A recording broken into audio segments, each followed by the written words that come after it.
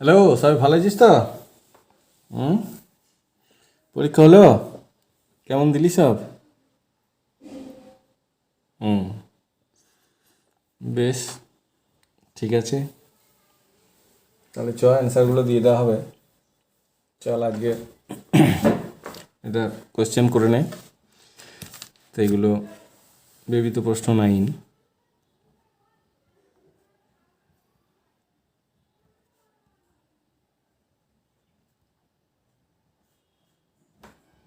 বিবৃত প্রশ্ন নাইন। তো প্রথমে আমি অঙ্কে চলে যাচ্ছি। 1 নম্বরে আছে 1 মাইল সমান ড্যাশ ফুট।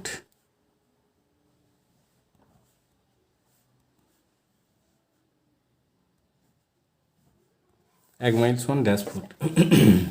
আমরা জানি 1 মাইল সমান হচ্ছে 1760 গজ। 1 মাইল সমান হচ্ছে 1760 গজ। আর 1 গজ সমান হচ্ছে 3 ফুট। এবার 1 গজ সমান 3 ফুট হলে 1760 গজ সমান কত ফুট হবে? 1760 গুণ 3,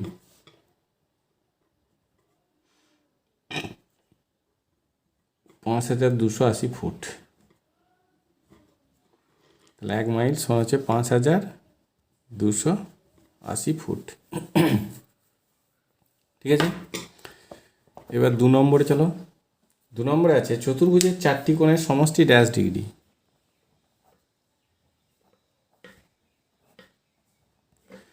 চতুর্ভুজের 4টি কোণের সমষ্টি ড্যাশ ডিগ্রি।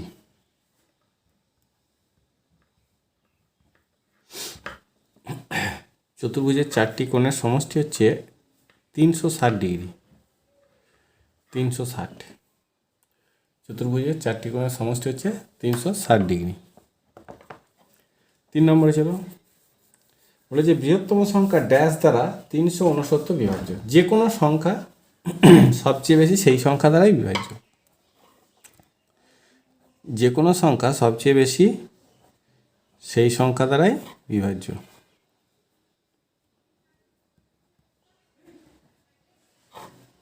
তাহলে এটা 369 হবে।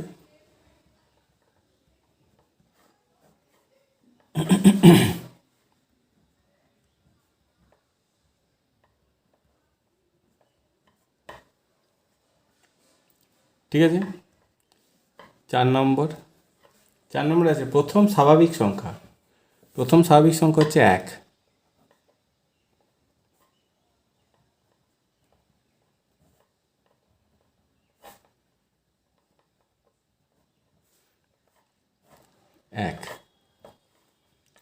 প্রথম স্বাভাবিক সংখ্যা হচ্ছে 1 আর প্রথম পূর্ণ সংখ্যা হচ্ছে 0। প্রথম স্বাভাবিক সংখ্যা 1, প্রথম পূর্ণ সংখ্যা 0। তার বলে যে সমবাহু ত্রিভুজের প্রতিটি ড্যাশ এবং ড্যাশ সমান। সমবাহু ত্রিভুজের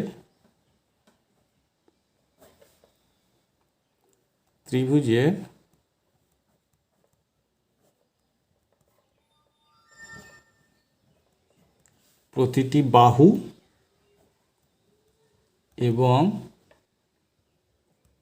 কোণ সমান। প্রতিটা বাহু সমান, প্রতিটা কোণ সমান। যে কোনো ত্রিভুজে যদি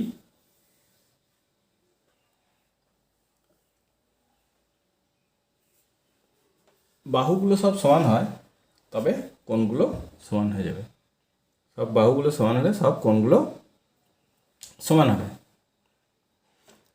ঠিক আছে। 6 নম্বরে আছে সমকোণী সমদ্বিবাহু ত্রিভুজের বৃহত্তম বাহু। সমকোণী সমদ্বিবাহু ত্রিভুজের বৃহত্তম বাহু। যে কোনো সমকোণী ত্রিভুজের বৃহত্তম বাহু হচ্ছে অতিভুজ। যে কোনো সমকোণী ত্রিভুজের বৃহত্তম বাহু হচ্ছে অতিভুজ। তাহলে সমকোণী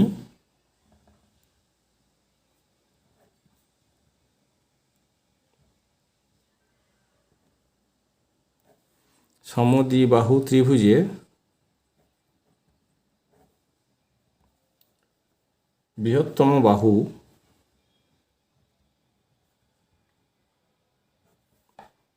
ড্যাশ মানে অতিভুজ।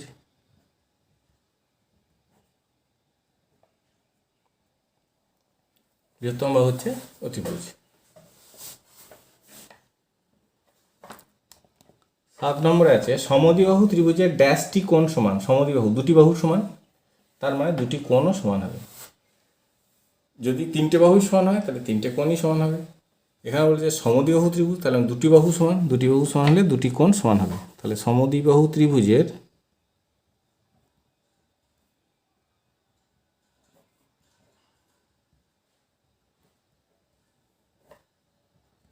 সমদ্বিবাহু ত্রিভুজের ড্যাশটি জায়গায় কী হবে?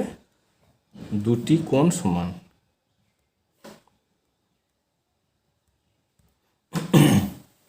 সমদ্বিবাহু ত্রিভুজের দুটি কোণ সমান।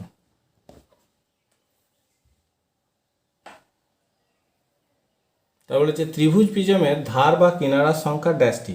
ত্রিভুজ প্রিজম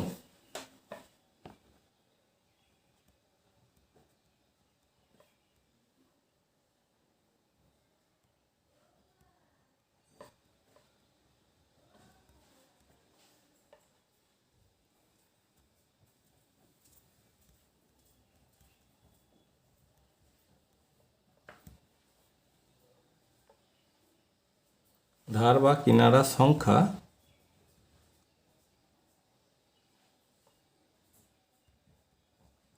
ত্রিভুজ প্রিজমের ধার হচ্ছে 3টে, 6টা, 9টা। ত্রিভুজ প্রিজমের ধার বা কিনারা হচ্ছে 9টা।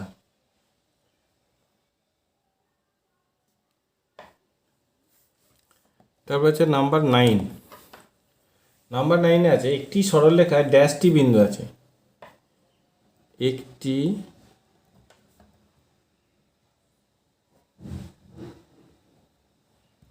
একটি সরলরেখায় ড্যাশটি বিন্দু আছে। ড্যাশটি বিন্দু বলতে একটা সরলরেখায় অসংখ্য বিন্দু আছে।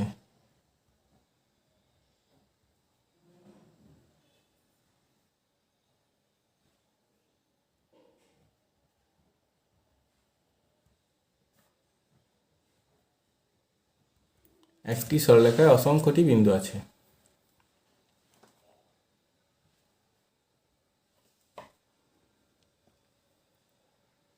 দশ নম্বর আর এই পেজে হবে না, নেক্সট পেজ আছে। নাম্বার 10।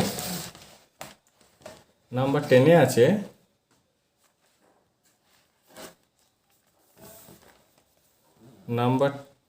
আছে এক ব্যক্তি 3 মাসের আয় 4 মাসে ব্যয় করে।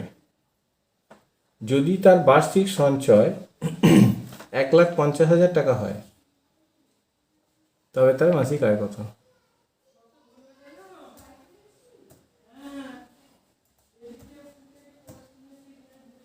$1,50,000 টাকা হয় তবে তার মাসিক আয় কত?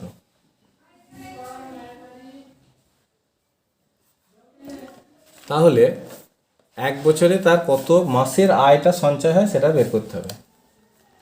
তাহলে আমরা প্রথমেই লিখব 4 মাসের ব্যয় সমান 3 মাসের আয়।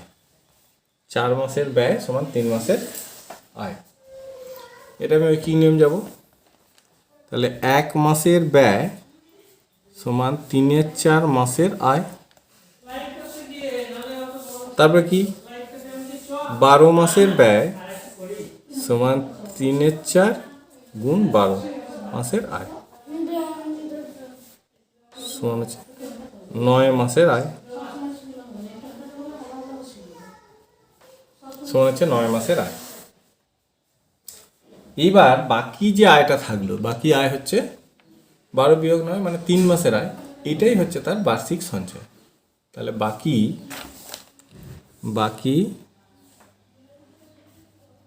12 বিয়োগ 9 সমান 3 মাসের আয় হলো তার বার্ষিক সঞ্চয়। 3 মাসের আয় হলো তার বার্ষিক সঞ্চয়। তাহলে এটা মানেই হচ্ছে 50,000 টাকা। 3 মাসের আয়টা মানেই হচ্ছে 50,000 টাকা, কারণ 3 মাসের আয়টাই হচ্ছে তার বার্ষিক সঞ্চয়। 3 মাসের আয়টাই হচ্ছে তার বার্ষিক সঞ্চয়। তাহলে অতএব 3 মাসের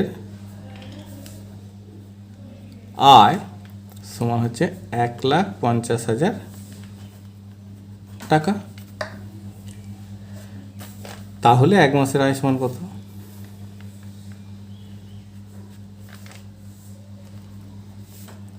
সমান হচ্ছে 50,000 টাকা।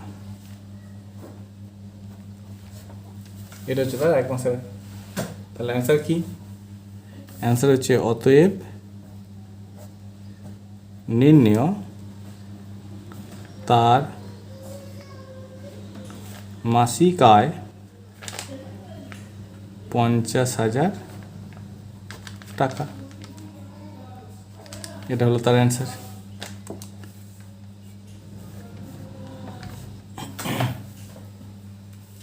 হয়েছে? তাহলে আমরা কি করলাম? প্রথমে 12 মাসের ব্যয় সমান কত মাসের আয়টা বের করলাম, হলো? দিয়ে যেটা বাকি থাকলো সেটা হচ্ছে তার বার্ষিক সঞ্চয়। তত মাসের আয়টা হচ্ছে তার বার্ষিক সঞ্চয়, আর তত মাসের আয় মানেই হচ্ছে 1.5 লাখ টাকা। তাহলে 1 মাসের আয়।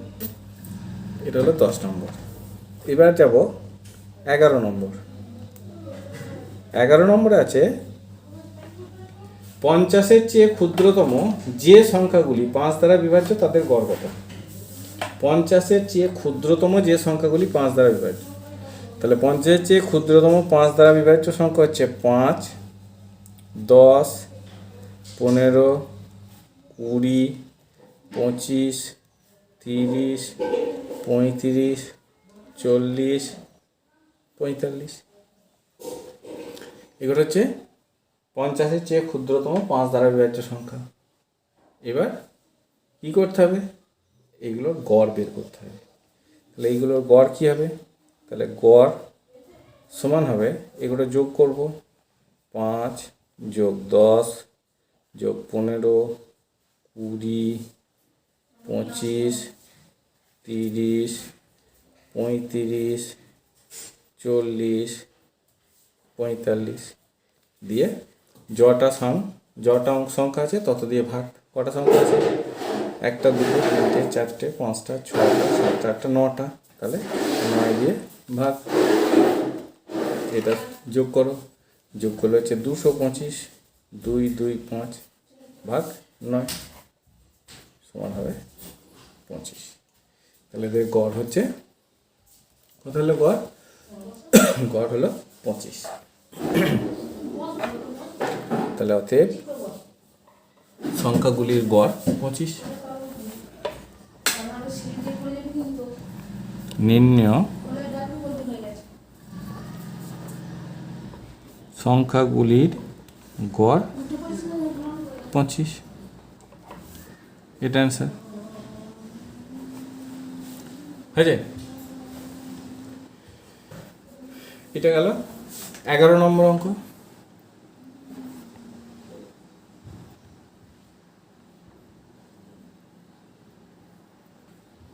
এরপরে আমাদের আছে 12 নম্বর। 12 নম্বরে কি আছে? 12 নম্বরে আছে 3টি সংখ্যার গড় 154। 3টি সংখ্যার গড় 154। প্রথম সংখ্যাটি দ্বিতীয়টির দ্বিগুণ এবং দ্বিতীয়টি তৃতীয়টির দ্বিগুণ। প্রথম সংখ্যাটা হচ্ছে দ্বিতীয়টার দ্বিগুণ, আবার দ্বিতীয়টা হচ্ছে তৃতীয়টার দ্বিগুণ। তাহলে সংখ্যাগুলো ঠিকই। তাহলে এদের মধ্যে সবথেকে ছোট সংখ্যা কোনটা? সবথেকে ছোট হচ্ছে তৃতীয়টা। এদের মধ্যে সবথেকে ছোট হচ্ছে তৃতীয়টা। তাহলে কি লিখব? ধরিলাম তৃতীয়টি সমান 1 গুণ। তৃতীয় সংখ্যাটা সমান 1 গুণ। তাহলে দ্বিতীয়টি কত? দ্বিতীয়টি সমান হবে 2 গুণ। দ্বিতীয়টা হচ্ছে 2 গুণ। আর প্রথমটা কী হবে? প্রথমটি সমান হচ্ছে দ্বিতীয়টির দ্বিগুণ, মানে 2 দুগুণে 4 গুণ। 2-এর 2 গুণ মানে কত? 4 গুণ। এবার এগুলোকে যোগ করে দাও। মোট সমান হচ্ছে 7 গুণ। মোট সমান হচ্ছে 7 গুণ। এবার দেখো তিনটি সংখ্যার গড় বলে দেওয়া আছে 154। তাহলে সংখ্যা তিনটির সমষ্টি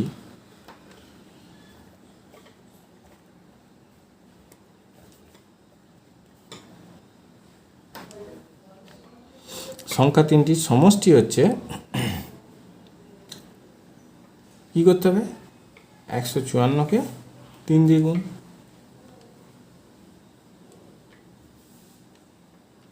সমান হচ্ছে 462।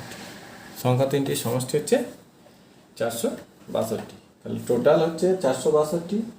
আবার গুণ হিসাবে টোটাল হচ্ছে 7 গুণ। গুণ হিসাবে টোটাল হচ্ছে 7 গুণ। তাহলে এই 7 গুণ মানেই হচ্ছে 462। তাহলে এই 7 গুণ মানেই হচ্ছে 462। তাহলে অতএব 7 গুণ সমান হচ্ছে 462। 7 গুণ সমান 462। তাহলে 1 গুণ সমান কত? 462 ভাগ 7 সমান হচ্ছে 66। ঠিক আছে? তাহলে এটা হলো 1 গুণ সমান 66, আর 1 গুণ মানেই হচ্ছে তৃতীয় সংখ্যা। তাহলে অতএব তৃতীয় সংখ্যাটি সমান 66।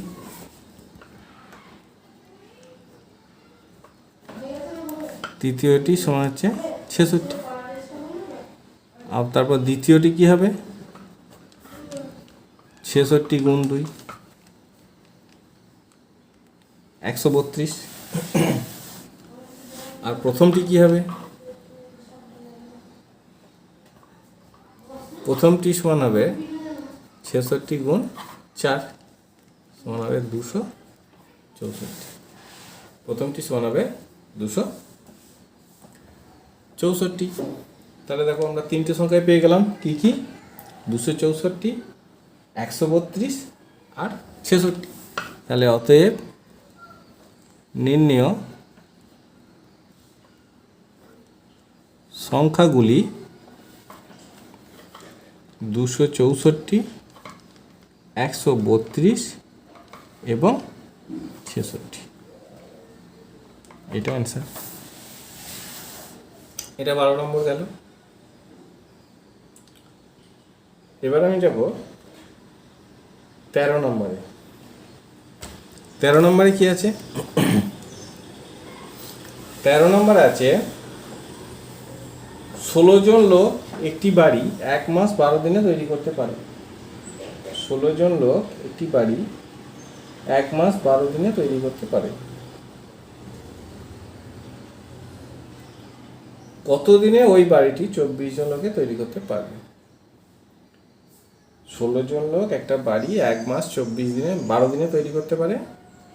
তাহলে কত দিনে ওই বাড়িটি 24 জন লোকে তৈরি করতে পারবে? তো প্রথমেই দেখতে হবে 1 মাস 12 দিন সমান কত দিন। 1 মাস 12 দিন সমান কত দিন? তাহলে 1 মাস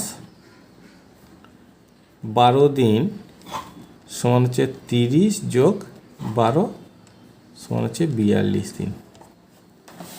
1 মাস 12 দিন সমান হচ্ছে 30 যোগ 12 সমান হচ্ছে 42 দিন। তাহলে 16 জন লোকে বাড়িটা তৈরি করে 42 দিনে। তাহলে কি লিখব? 16 জন লোকে বাড়িটা তৈরি করে 42 দিন। তাহলে লিখব 16 জনে বাড়িটি তৈরি করে 42 দিনে। 16 জনে বাড়িটা তৈরি করে 42 দিনে। তাহলে একজনে বাড়িটি তৈরি করবে কত দিনে হবে? সময় বেশি লাগবে। 42 গুণ 16। তারপরে কি আছে? 24 জনে বাড়িটি তৈরি করে 42 গুণ 16/24, 42 গুণ 16/24 দিনে কাটাকাটি করো। 8 2 16, 8 3 24, 3 14 42, 14 দুগুণে 28 দিন। তাহলে দেখো 24 জনে বাড়িটা তৈরি করবে 28 দিনে। বলে যে কত দিনে ওই বাড়িটি 24 জন লোকে তৈরি করতে পারবে, কত দিনে ওই বাড়িটি 24 জন লোকে তৈরি করতে পারবে। তাহলে আমরা অ্যান্সার লিখব।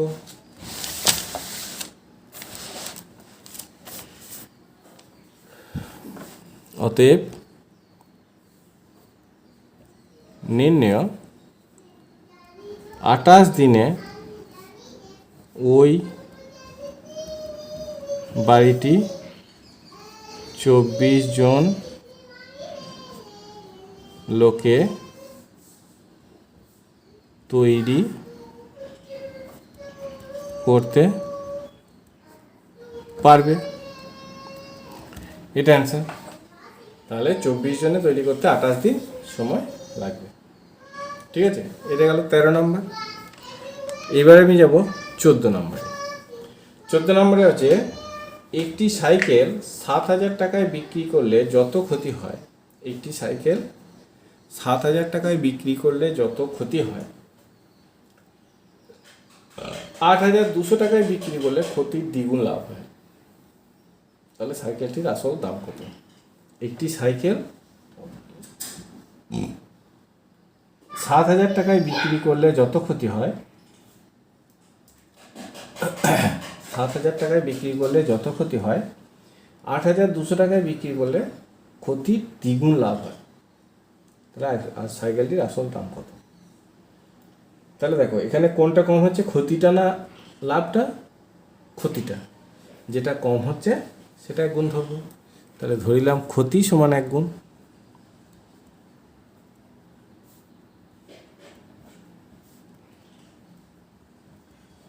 ক্ষতি সমান 1 গুণ। এবার লাভ কি বলেছে? লাভ সমান বলেছে 2 গুণ। তাহলে লাভ সমান বলেছে দ্বিগুণ লাভ। লাভ সমান হচ্ছে 2 গুণ।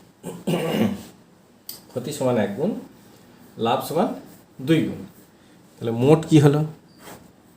মোট সমান হচ্ছে 3 গুণ। মোট সমান হচ্ছে 3 গুণ। এই 3 গুণটা আছে এই 7,000 আর 8,200 মাঝে। এই 3 গুণটা আছে কোথায়? 7,000 আর এই 8,200 মধ্যে। তাহলে 7,000 আর 8,200 মধ্যে কত নাম্বার আছে? 8,200 থেকে 7,000 বিয়োগ। তাহলে এই 3 গুণ সমান হচ্ছে 8,200 বিয়োগ 7,000।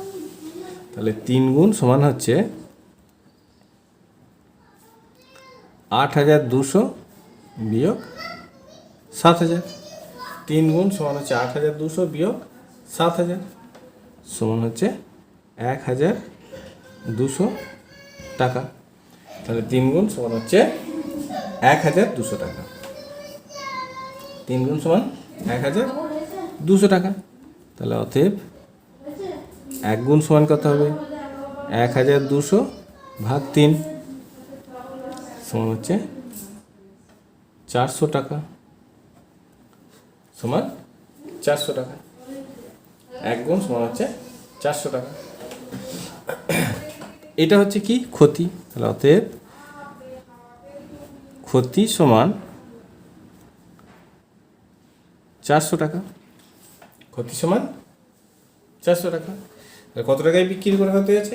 7,000 টাকায় বিক্রি করে 400 টাকা ক্ষতি হয়েছে। 7,000 টাকায় বিক্রি করে 400 টাকা ক্ষতি হয়েছে। তাহলে অতএব ক্রয় মূল্য সমান হচ্ছে 7,000 যোগ 400 সমান হচ্ছে 7,400 টাকা। এটাই হচ্ছে ওই ঘড়িটার ক্রয় মূল্য। তাহলে অতএব নির্ণয় সাইকেলটির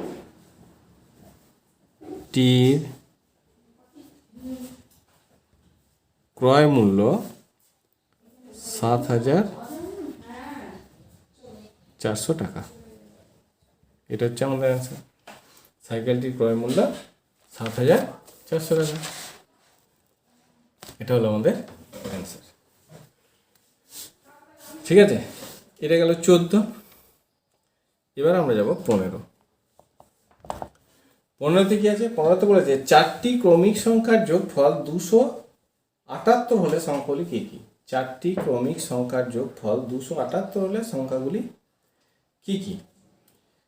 ক্রমিক সংখ্যা মানে তোমরা নিশ্চয়ই জানো, ক্রমিক সংখ্যা মানে হচ্ছে পরপর সংখ্যা। ক্রমিক সংখ্যা মানে পরপর সংখ্যা, তাদের যোগফল হচ্ছে 278 হলে সংখ্যাগুলি কী কী? যেহেতু 4টে ক্রমিক সংখ্যা, তাহলে আমরা 1, 2, 3 পর্যন্ত প্রথমে যোগ করে নেব। 1 যোগ 2 যোগ 3 সমান হচ্ছে 6। এইবার মোট যেটা 2, 7, 8, এখান থেকে এই 6টাকে প্রথমে মাইনাস করে দেবো, তাহলে হলো 272। এই 272কে যতগুলো সংখ্যা বলেছে তত দিয়ে ভাগ করলে আমরা কি পাবো? প্রথম সংখ্যাটা পেয়ে যাব। এই 272কে যদি আমরা 4 দিয়ে ভাগ করি তাহলে আমরা প্রথম সংখ্যাটা পেয়ে যাব। তাহলে আমরা লিখব, অতএব প্রথম সংখ্যা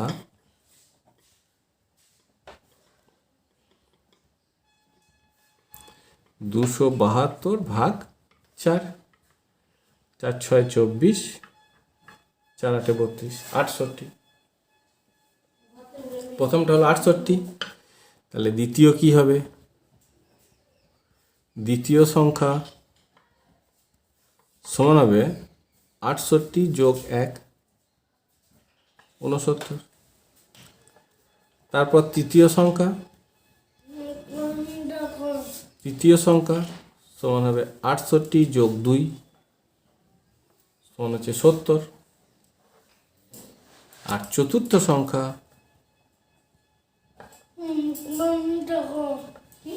চতুর্থ সংখ্যা 68 যোগ 3 সমান 71। তাহলে আমি 4টে সংখ্যা পেয়ে গেলাম, অ্যান্সার লিখব। অতএব নির্ণেয় সংখ্যাগুলি 68, 69, 70 এবং 71। এটা হচ্ছে, এগুলো হলো আমাদের অ্যান্সার। তা দেখো পরপর হয়েছে, দেখো 68, 69, 70, 71, 4টে পরপর সংখ্যা। এগুলো যোগ করলে তোমাদের যোগফল বেরোবে 278।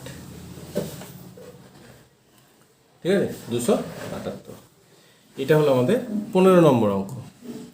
এবার আমরা যাব 16 নম্বর অঙ্কে। 16 নম্বরে একটা সরল আছে, খুব ইজি সরল, এটা জেনারেল সাধারণ নাম্বারের সরল। দেখো কি আছে?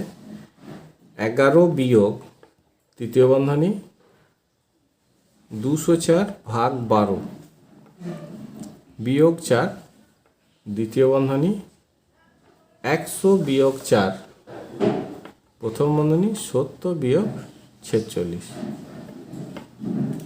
হলো। পরের লাইন 11 বিয়োগ তৃতীয় বন্ধনী 204 ভাগ 12 বিয়োগ 4 100 বিয়োগ 4। এটা বিয়োগ করলে কিন্তু মাঝে কোনো চিহ্ন নেই, চিহ্ন না থাকলে কি লিখতে হয়? এর লিখতে হয়। 24 দ্বিতীয় বন্ধনী ক্লোজ, তৃতীয় বন্ধনী ক্লোজ হলো। পরের লাইন চলো, 11 বিয়োগ তৃতীয় বন্ধনী 204 ভাগ 12 বিয়োগ 4 দিয়ে দ্বিতীয় বন্ধনী 100 বিয়োগ 24 আর 4 এটা গুণ মানে 96, এর মানে গুণ। পরের লাইন 11 বিয়োগ তৃতীয় বন্ধনী 204 ভাগ 12 বিয়োগ 4, এটা আবার এর হবে, এটা আবার 4 হবে। দেখো 100 থেকে 96 বিয়োগ করলে 4 হয়, সমান দিয়ে হবে 11 ভাগ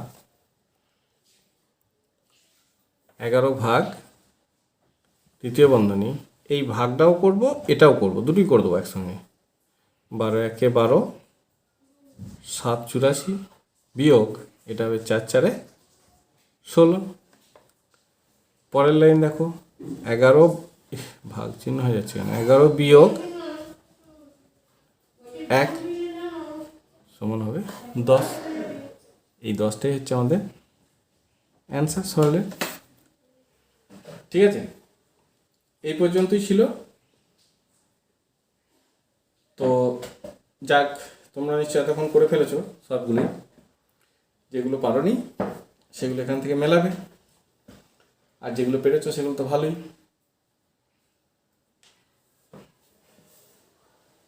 তবে একটু প্র্যাকটিস করো, প্র্যাকটিস না করলে কিন্তু হবে না, প্র্যাকটিসটা করতে হবে। ঠিক আছে, আর পরীক্ষায় সময় কে কত পাইলে তোমরা জানাবে আমাদেরকে, নিজেরাই ঠিক করবে, ক্যালকুলেশন করে নেবে কত কী পাচ্ছ না পাচ্ছ, কতগুলো ঠিক করতে পেরেছো। আমরা অ্যান্সারটা দিয়ে দেবো। তো ঠিক আছে, চলো এগুলো প্র্যাকটিস করো আবার পরের ক্লাসে।